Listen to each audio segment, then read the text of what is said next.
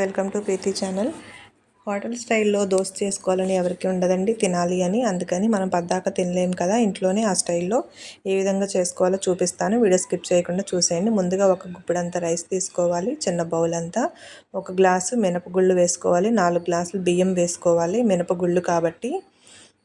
అలాగే 2 స్పూన్లు పచ్చిశనగపప్పు, ఒక హాఫ్ స్పూను మెంతులు వేసుకోవాలి.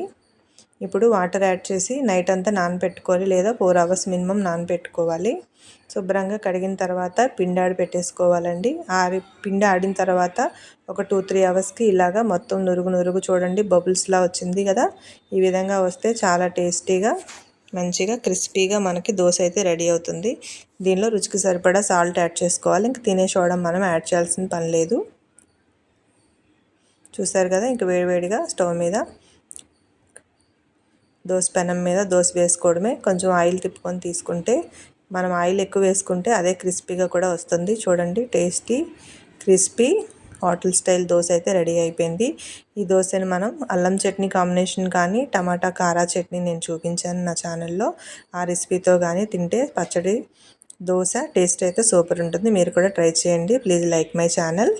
మీకు ఎలా అనిపించిందో నాకు కామెంట్ చేయండి, మర్చిపోవద్దు. Thank you for watching.